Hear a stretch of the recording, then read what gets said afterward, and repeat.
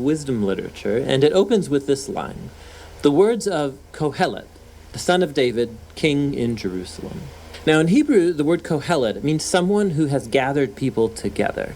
And in this case, it's to learn, so it's often translated in English as teacher. And the teacher is said to be a son or a descendant of King David. And so there are different views about who this figure might have been. Many think that it refers to King Solomon, others to maybe one of the later kings of David's line, and still others think that it's actually a later Israelite teacher who has adopted a Solomon-like persona as a teaching aid. Whichever of these views is correct, the key thing is to recognize that the teacher is a character in the book and is different than the author of the book, who remains anonymous. So we do hear the teacher's voice for most of the book, but it's actually a different voice, the author, who introduces us to the teacher in the first sentence, and then at the end concludes the book by summarizing and evaluating everything the teacher just said.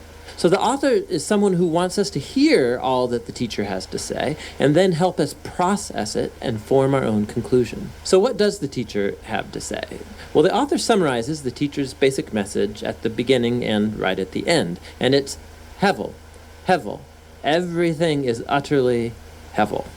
Now, most English Bibles translate this word Hevel as meaningless, but that doesn't quite capture the heart of the idea. In Hebrew, Hevel literally means vapor or smoke, and the teacher uses this word 38 times in the book as a metaphor to describe how life is, first of all, temporary or fleeting, like a wisp of smoke. But secondly, also how life is an enigma or a paradox. Like smoke, it appears solid, but when you try and grab onto it, there's nothing there. So there's so much beauty or goodness in the world, but just when you're enjoying it, tragedy strikes and it all seems to blow away.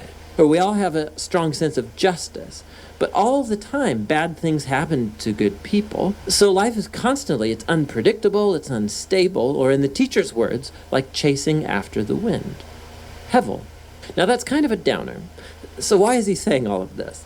The author's basic goal is to target all of the ways that we try to build meaning and purpose in our lives apart from God. And he lets the teacher deconstruct these. So the author thinks we spend most of our time investing energy and emotion in things that ultimately have no lasting meaning or significance. And he lets the teacher give us a hard lesson in reality. You can see this most clearly in the opening and closing poems, which focus first of all on time and then on death. So the teacher says, you can spend your whole life working and achieving because you think that makes your life meaningful. You should really stop and consider the march of time. For all of the human effort that takes place in the world, nothing really ever changes. So sure, we develop technology and we build nations that rise and fall, but go climb a mountain and see if it cares. It was there long before any of us, and it will be here long after. I mean, no one's even going to remember you or anything you did 100 years from now, but that mountain, it'll still be there. And the ocean will still be breaking on the beach, and the sun will still rise and set. And so time will eventually erase you and me and everything that we care about. And if that's not disheartening enough, the teacher also can't stop talking about death all the way through the book, but especially in this poem near the end. He says, death is the great equalizer, and it renders meaningless most of our daily activities. It devours the wise and the fool, the rich and the poor, no matter who you are, what you've done, good or bad, we're all going to die, and it's inescapable. So with these two ideas in hand, the teacher goes on to consider all the activities and false hopes that we invest our lives in to find meaning and significance, like wealth or career or social status or pleasure. So you think working hard is going to make life worth it? Think about the stress and the toll that takes on you, all the anxiety and the sleepless nights. And by the time you actually earn some wealth, you're going to be too old to enjoy it anyway. And then by the time that you have to pass it on to someone, they may not even be someone who cares about anything that you did. Or maybe you think pleasure is going to make life worth it for you. Go for it. Live for your vacations, live for the weekend party. Monday always comes. Hevel, Hevel. Everything is utterly Hevel. So what does the teacher advocate then? That we become pure hedonists or relativists? Well, no, that would be Hevel too. The teacher acknowledges the ideas from Proverbs that living by wisdom and the fear of the Lord, that these have real advantages. On the whole, life will probably go better for you. See, but the problem is that even living by wisdom and the fear of the Lord, they're hevel too, because they don't guarantee a good life. Good people die tragically, and horrible people live long and prosper. There's just too many exceptions. And so even wisdom is a hevel. Again, not meaningless, but an enigma. Wisdom doesn't work the way you think it should all of the time. So what's the way forward in the midst of all this hevel? And here, paradoxically, the teacher discovers the key to the true enjoyment of life under the sun. It's accepting hevel. It's acknowledging that everything in your life is totally out of your control.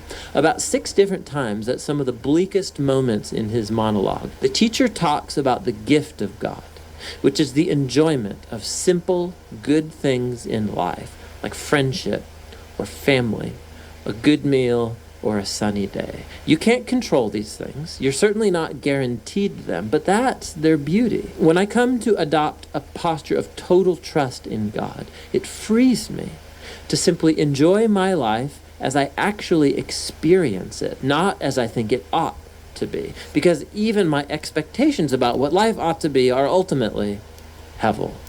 Hevel. Everything under the sun is utterly hevel. And so the teacher's words come to a close. Right here at the end, the author speaks up again, and he brings it all to a conclusion. He says, the teacher's words are very important for us to hear. He likens them to a shepherd's staff with a goad, a pointy end, which might hurt when it pokes you, but he says the teacher is trying to poke you to get you to move in the right direction towards greater wisdom. The author then warns us that you can actually take the teacher's words too far, and you could spend your whole life buried in books trying to answer life's existential puzzles. Don't try, he says. You'll never get there. And so instead, the author offers his own conclusion, and it's this: fear God and keep his commandments. This is the whole duty of humans, for God will bring every deed into judgment, every hidden thing, whether good or evil. And so the author thinks it's good to let the teacher challenge your false hopes and remind you that time and death make most of life completely out of your control. But what gives life true meaning is the hope of God's judgment. The hope that one day God will clear away all of the hevel and bring true justice to our world. And it's that hope that should fuel a life of honesty and integrity before God, despite the fact that I remain puzzled by most of life's mysteries. And that's the wisdom of the book of Ecclesiastes.